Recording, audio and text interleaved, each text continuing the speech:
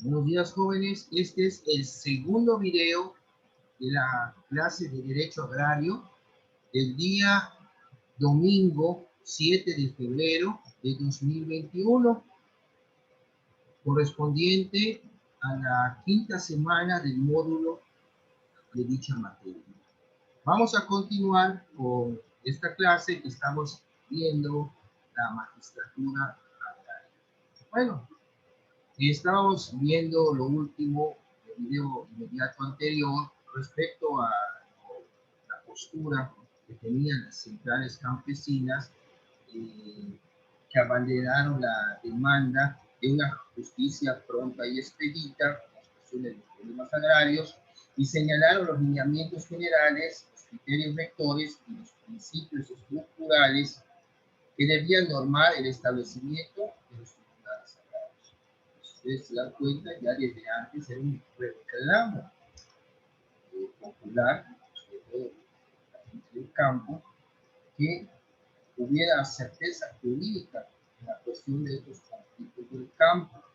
Bueno, estos, por definición, estos órganos, hablando de los tribunales agrarios, deberían ser autónomos en sus funciones con plenitud de jurisdicción. Constituirse en instrumentos orgánicos que hagan más eficaz y expedita la atención de los conflictos agrarios, basados en procedimientos simples, claros y sencillos, con obligación de los funcionarios jurisdiccionales de investigar de oficio la verdad para resolver en justicia estos problemas. La conciliación también debería ser una parte sustancial y previa del proceso agrario. Buscar la conciliación, como en la mayoría de los juicios actuales en otras materias, previo a lo que es la cuestión del juicio. Los tribunales deben regionalizarse para que estén en contacto con los sujetos a quienes deben atender en sus demandas y además deben estar integrados por profesionistas y personal honestos, que tengan probidad y especializados y además que estén altamente calificados, que conozcan también los antecedentes históricos del sistema jurídico agrario mexicano, así como debidamente informado de su contenido político, social y económico que les permite interpretar correctamente las normas jurídicas de la materia agraria. Asimismo, los tribunales deben estar apoyados por un órgano de asesoría gratuita. El reclamo de los sectores ligados con el campo para el establecimiento de tribunales agrarios culminó con la reforma constitucional al artículo 27 de ese 6 de enero de 1992, la que su esfera que es objeto de nuestro comentario. Y esta reforma derogó las fracciones 11ª, 12ª y 13ª de ese artículo 27 constitucional que conformaban la base constitucional, valga sea la redundancia, de las anteriores autoridades agrarias que ya vimos, como el Consejo Consultivo Agrario, las comisiones agrarias. Esta reforma los derogó.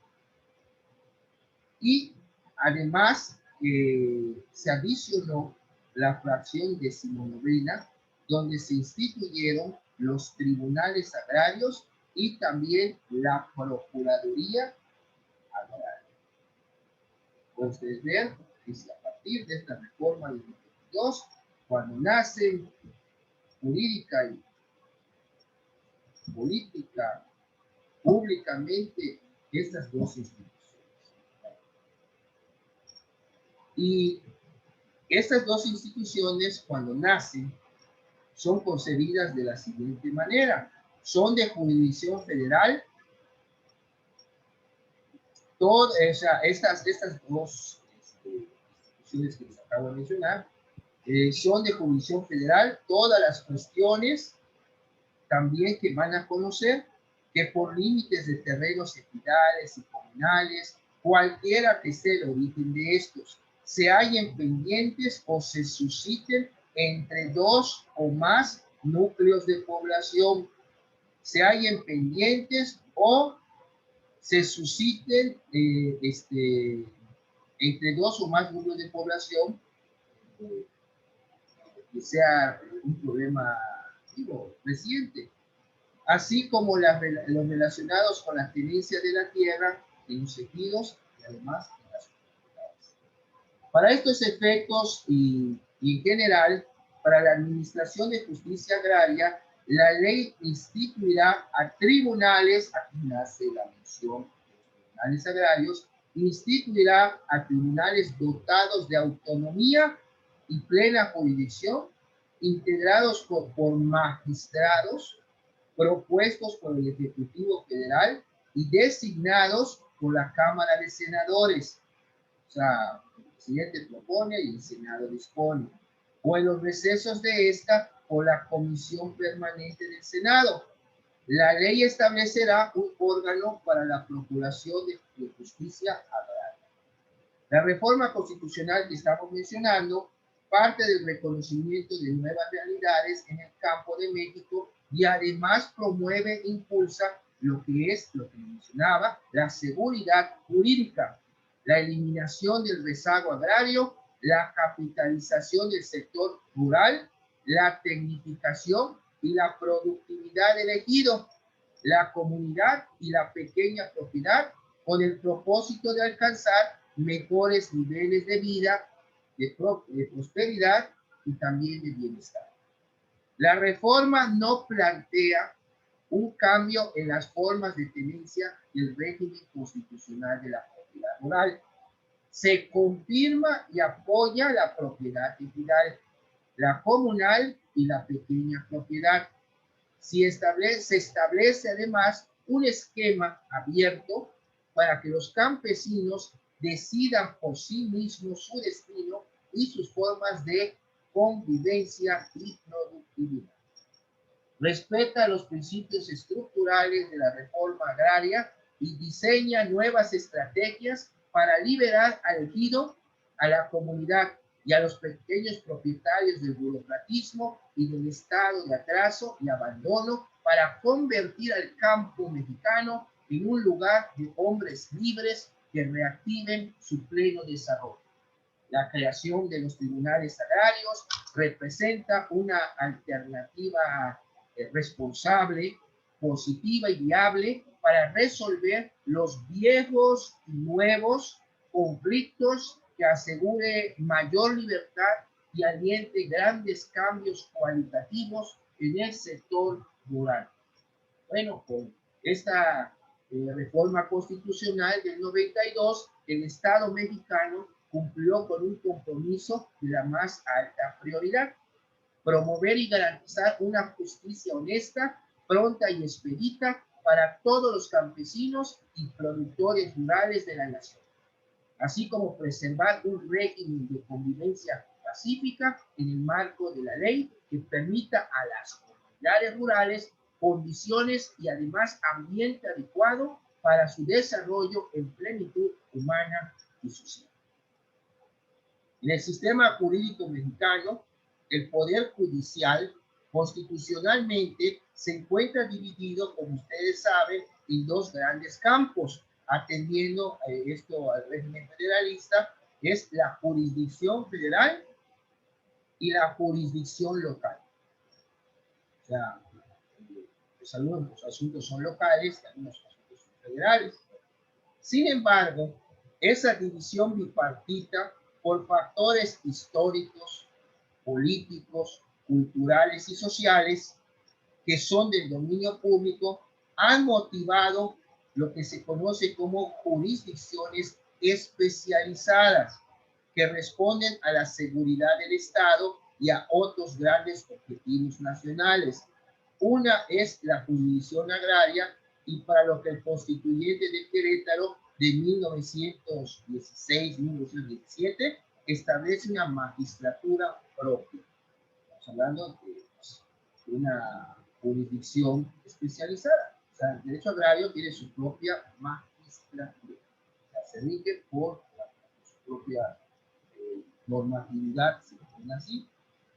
Bueno, los tribunales agrarios son órganos jurisdiccionales establecidos constitucionalmente con una competencia propia y definida, encargados de la administración de la justicia agraria. La ley suprema, o sea, la Constitución, los dota de cabal autonomía y además de plena jurisdicción. La naturaleza jurídica de los tribunales agrarios es peculiar, aún por la fuente del nombramiento de los magistrados. Su estructura y organización responde a la trascendencia e importancia de su ministerio. Gozan de plena autonomía para dictar sus fallos sin influencias de ninguna naturaleza ni presiones externas. El origen de su nombramiento, que corresponde a la Cámara de Senadores o en sus recesos a la Comisión Permanente, y el hecho de que no puedan ser separados de sus cargos y funciones durante el periodo de su nombramiento, sino por motivos plenamente justificados, aseguran esa autonomía a que hace referencia la reforma anteriormente. Estos tribunales agrarios gozan por una parte de lo que se le conoce como jurisdicción plena, lo que significa que tienen facultades cabales para juzgar y resolver todas aquellas cuestiones relativas a su competencia y que gozan de poder suficiente para ejecutar sus propias determinaciones y sentencias. Con apoyo en la fracción 19 del artículo 27 de la Constitución Política de los Estados Unidos Mexicanos, el Congreso de la Unión decretó el 23 de febrero del 92, o sea, un mes y días después de esta reforma, la ley orgánica de los tribunales agrarios. Ya, tiene su ley orgánica, integrada por 30 artículos más los transitorios, y están estructurados en 8 capítulos que abordan las siguientes materias. Por ejemplo, primero, las disposiciones generales. Segundo, del Tribunal Superior Agrario. Tercero, de los magistrados. Cuarto, de la designación de los magistrados. Quinto, de los tribunales unitarios. Sexto, del secretario de acuerdos y demás servidores públicos. Séptimo, de los impedimentos y excusas. Y octavo, de las responsabilidades de todos estos funcionarios. La ley orgánica atribuye a los tribunales agrarios su carácter de órganos federales encargados de administrar la justicia agraria en todo el territorio nacional. Es obvio su calidad de tribunales federales en razón de su competencia, como encargados de aplicar las disposiciones agrarias que se contienen en el artículo 27 constitucional y en las leyes reglamentarias derivadas de dicho precepto, que fundamentalmente son de orden federal y aplicación en todo el país. ¿Cómo está? Ya les había yo mencionado que cómo está dividido el esquema, mapa nacional de estos tribunales agrarios. Bueno, tenemos que está compuesto por 34 distritos. Les voy a ir mencionando algunos. Bueno, Aguascalientes, el de Aguascalientes está tiene jurisdicción lo que es Aguascalientes y Zacatecas. Mexicali está en la capital y está compete su jurisdicción todo lo que es Baja California Norte y Baja California Sur. Tenemos la ciudad de Tuxtla Gutiérrez, que abarca parte de Chiapas. La otra ciudad, Tapachula, abarca la otra parte de Chiapas, la jurisdicción. Tenemos, bueno, Chihuahua, que abarca todo Chihuahua, el Distrito Federal, que es actualmente la Ciudad de México, que abarca precisamente todo lo que es la circunscripción territorial de la Ciudad de México. Tenemos Toluca, que es la capital del Estado de México, bueno, abarca todo lo que es el Estado de México. Naucalpan, bueno, Toluca abarca parte del Estado de México y Naucalpan, que es también del Estado de México, abarca parte también del Estado de México. Están repartidos entre Toluca y Naucalpan. Guanajuato, la ciudad de Guanajuato, la capital, pues abarca todo el estado. O sea, las jurisdicciones para todo el estado de Guanajuato. Chilpancingo, pues Chilpancingo, capital de Guerrero, pues abarca parte del estado de Guerrero, porque la otra parte la de Ciudad Altamirano. Tenemos también la ciudad de Pachuca, la capital, abarca todo lo que es el estado de Hidalgo. Guadalajara pues, tiene jurisdicción en parte del estado de Jalisco, y también tiene parte en lo que es Colima. Respecto al estado, tiene, en un lado tiene la parte de Guadalajara, de Jalisco, una parte tiene función, y hay otro también en Guadalajara, otro tribunal unitario, bueno, unitario agrario, que ve la cuestión de otra parte de Jalisco y además del estado de Colima. Tenemos Morelia, que es prácticamente la capital de Michoacán, abarca la jurisdicción que tienen todo lo que es Michoacán.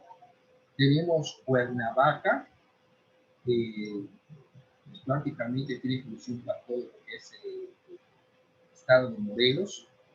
Tepic, toda la cuestión de Nayarit. Monterrey, prácticamente toda la cuestión de toda la población sobre el territorio de Nuevo León. Oaxaca, pues tiene una parte de población de Oaxaca, y en Tuxtepec hay otro que abarca la otra parte de Oaxaca. Tenemos también Guajuapan de León en Puebla, que abarca parte de Puebla, y también hay otro en el mismo Puebla que abarca su jurisdicción, es lo restante del estado de Puebla y además Tlaxcala, el estado de Tlaxcala. Tenemos a Luis Potosí. San Luis Potosí pues tiene jurisdicción en todo lo que es el estado de San Luis Potosí, pero también en Querétaro. O sea, donde está el asentamiento terminal, San Luis Potosí, y pues comprende jurisdicción en dos estados. Tenemos Culiacán, Sinaloa, pues Culiacán es la capital, ahí hay unos tribunales que tienen jurisdicción en parte del estado de Sinaloa, porque el otro que ve la otra parte de Sinaloa, su jurisdicción está en Guasave. Tenemos también Hermosillo, la capital de Sonora, que abarca la jurisdicción de Sonora, el estado de Sonora. Tenemos la ciudad de Villahermosa, que abarca todo lo que es el estado de Tabasco. Ciudad Victoria, que abarca su jurisdicción todo lo que es el estado de Tamaulipas. Jalapa, pues tiene jurisdicción en parte del estado de Veracruz, y porque la otra parte del estado de Veracruz, hay otro tribunal que está en Tuxpan. No, perdón, está dividido el estado en tres partes. La primera, la de Jalapa, la de Tuxpan y la de San Andrés Tuxtla, que así está repartida la jurisdicción para ver los asuntos de Veracruz. Y ya después tenemos el 34, que es Mérida, en Yucatán. Mérida está en el Tribunal Agrario y tiene jurisdicción tanto en Yucatán como en Campeche y además en Quintana Roo. Esto que les estoy diciendo no está de 100 actualizado, pero sí la intención es de que vean ustedes cómo están divididas los asentamientos de los tribunales en distritos a nivel geográfico en la República Mexicana. Bueno, los tribunales agrarios se constituyen ¿cómo están integrados? Por el Tribunal Superior, que está integrado por 5 magistrados numerarios y un supernumerario que designa el Senado de la República, y en sus recesos por la Comisión Permanente a propuesta del presidente de la República. El presidente del Tribunal Superior será designado por el propio tribunal y durará en funciones 3 años, pudiendo ser reelecto. Será suplido en sus ausencias por el magistrado que designe el mismo tribunal. El Tribunal Superior, con sede en la ciudad, la capital de la República, o sea, la Ciudad de México, coordinará las funciones de los tribunales unitarios y además vigilará su buen funcionamiento. Asimismo, resolverá todos los casos de revisión y aquellos actos y recursos que le encomiende tanto la ley agraria como la propia ley orgánica y su reglamento interno. Y además está conformado por los 34 tribunales unitarios distribuidos en toda la República que les acabo de mencionar. Bueno, el Tribunal Superior Agrario, empezando por el ritmo de estructura, es un organismo colegiado que tomará sus resoluciones por unanimidad o mayoría de votos. Para que éste sesione válidamente se requerirá la presencia de por lo menos 3 de los 5 magistrados, entre los que debe estar el presidente, que tiene el voto de calidad en caso de empate. Excepcionalmente, se requerirá un quórum de 5 magistrados y un mínimo de 4 votos favorables cuando se trate de establecer o modificar un precedente. Las sesiones del Tribunal Superior Agrario serán públicas cuando se traten asuntos jurisdiccionales y se realizarán por lo menos 2 veces por semana.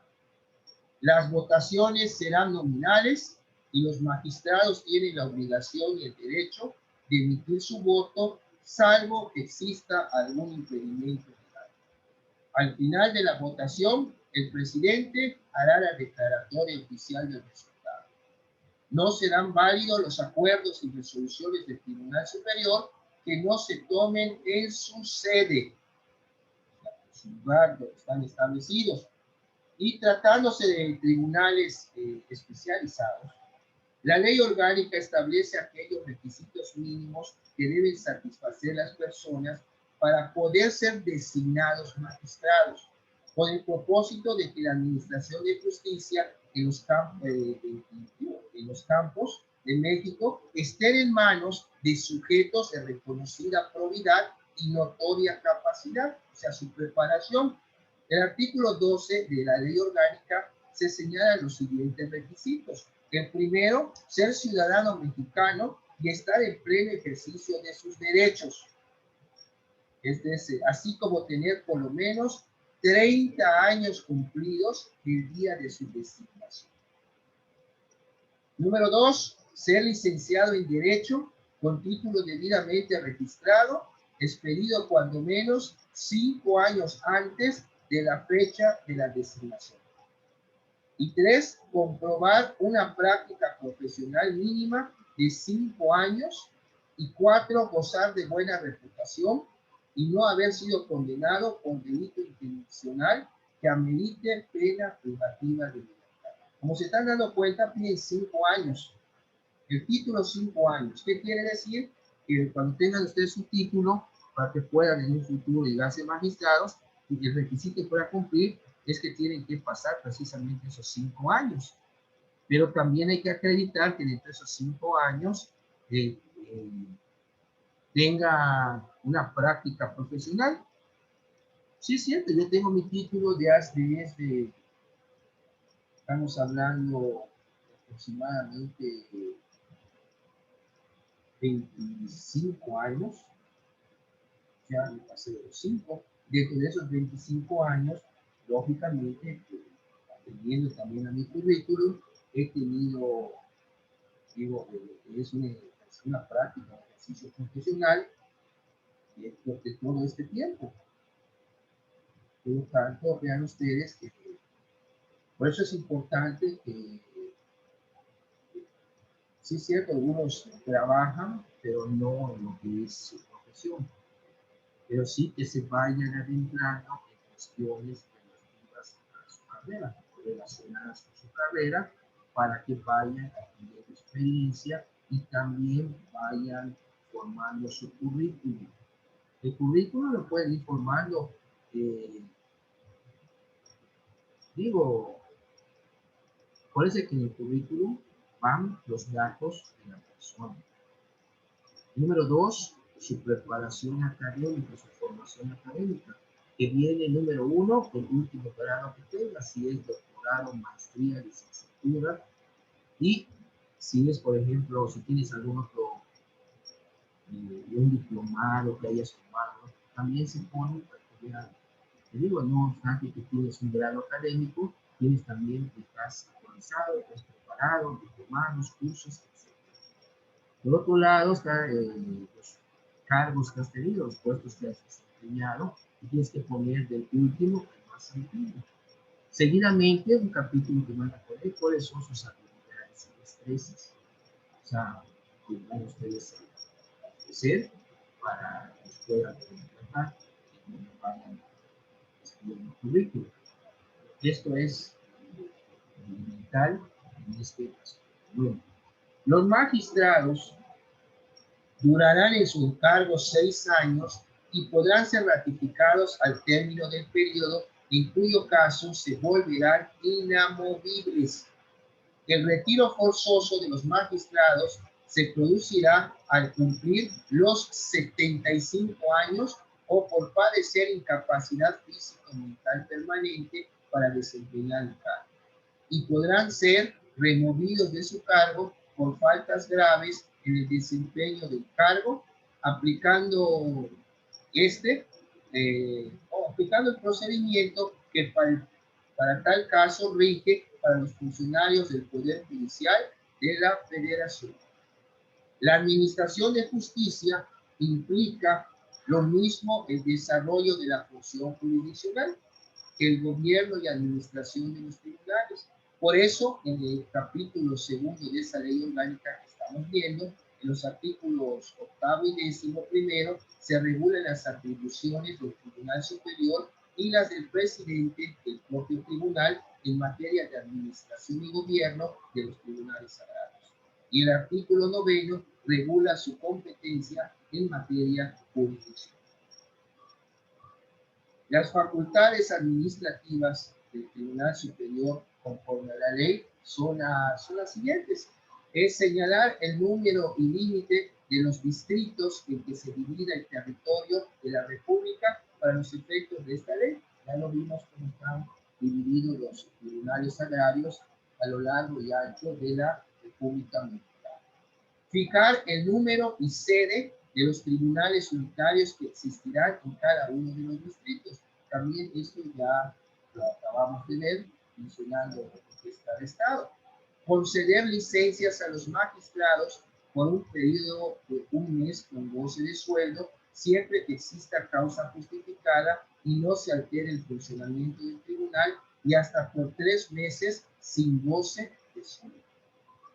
Determinar cuando el magistrado supernumerario del tribunal debe suplir la ausencia de algún magistrado, y por lo que se refiere a los tribunales unitarios, cuál de los supernumerarios suplirá al magistrado ausente. También tenemos elegir al presidente del Tribunal Superior entre los magistrados que lo conforman. Por otro lado, tenemos fijar y cambiar la adscripción de los magistrados de los tribunales agrarios, designar los secretarios, actuarios y peritos de los tribunales agrarios, aprobar el anteproyecto de presupuesto anual de egresos, conocer de las denuncias o quejas que se presenten en contra de los miembros de los tribunales agrarios y determinar las sanciones administrativas que deban aplicarse en caso de comprobarse alguna responsabilidad y autorizar el reglamento interno de los tribunales agrarios, así como las demás atribuciones que les confiera esta y otras leyes. Bueno, en la misma área que estamos haciendo referencia está el complemento de las funciones administrativas que corresponden al órgano colegiado, que es al presidente del tribunal. La ley orgánica le otorga las atribuciones que están señaladas en su síntesis de esta semana. Digo, para no estarnos atrasando un poquito más, porque ya marcó Zoom. Quedan 10 minutos de esta grabación para aportar y volvernos a conectar para lo que ya va a ser la conclusión de la clase. ¿Hay alguna pregunta hasta acá? Estamos viendo la estructura del Tribunal Agrario. Sergio, Kenny, Jessica y Sheila, ¿alguna pregunta, duda?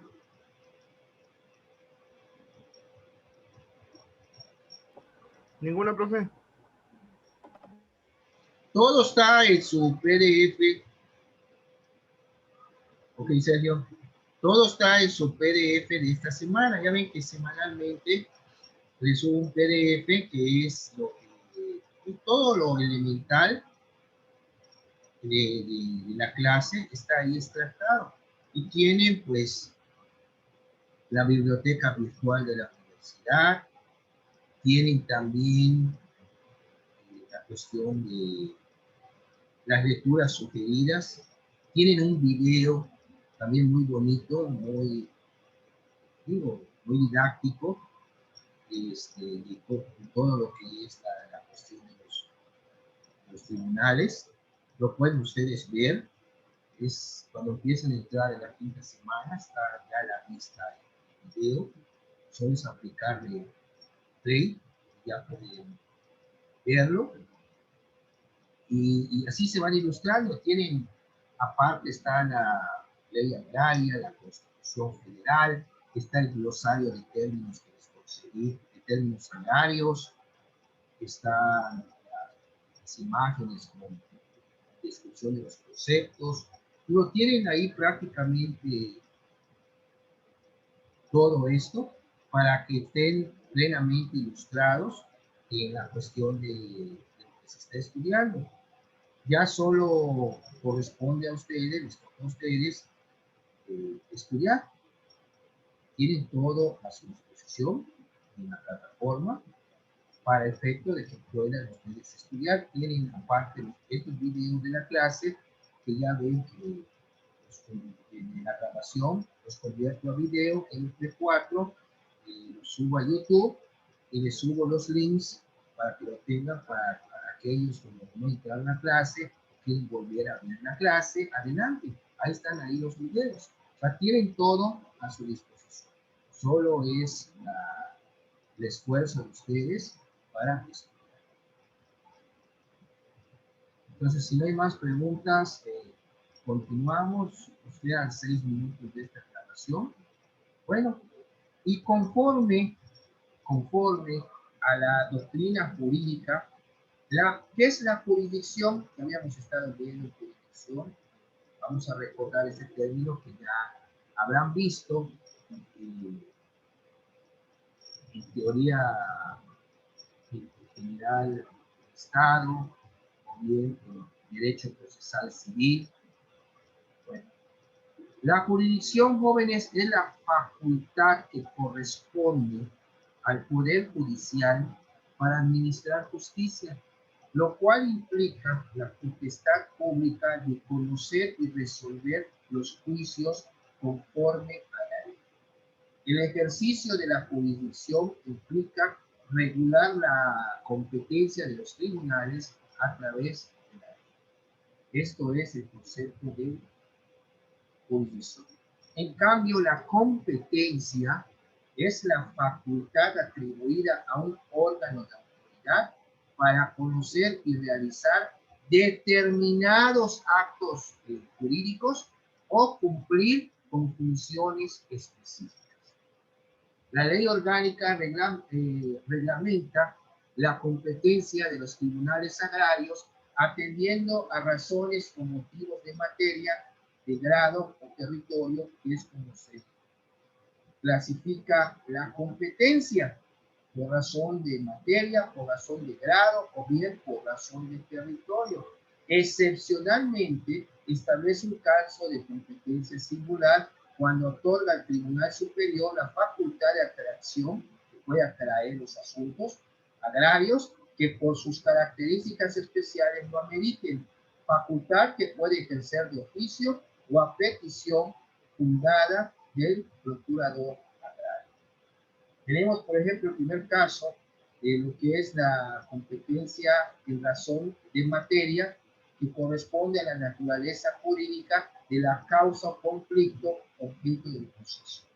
Esta competencia está definida constitucionalmente en la fracción 19 del artículo 27 de la Ley Suprema que ya mencionamos anteriormente, cuando señala que los tribunales agrarios conocerán de las cuestiones por límites de terrenos ejidales y comunales y en general para intervenir en la administración de la justicia agraria.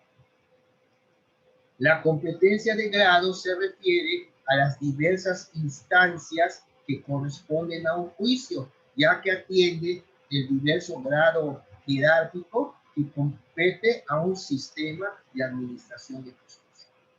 Y tratándose de los tribunales agrarios, la competencia de grado se va a establecer en los artículos 9 y 18 de la ley orgánica respectiva, al señalar como asuntos de la competencia de los tribunales unitarios, en primera instancia, los juicios relativos a las controversias por límites de terreno entre dos o más ejidos o comunidades o entre estos con pequeños propietarios o sociedades.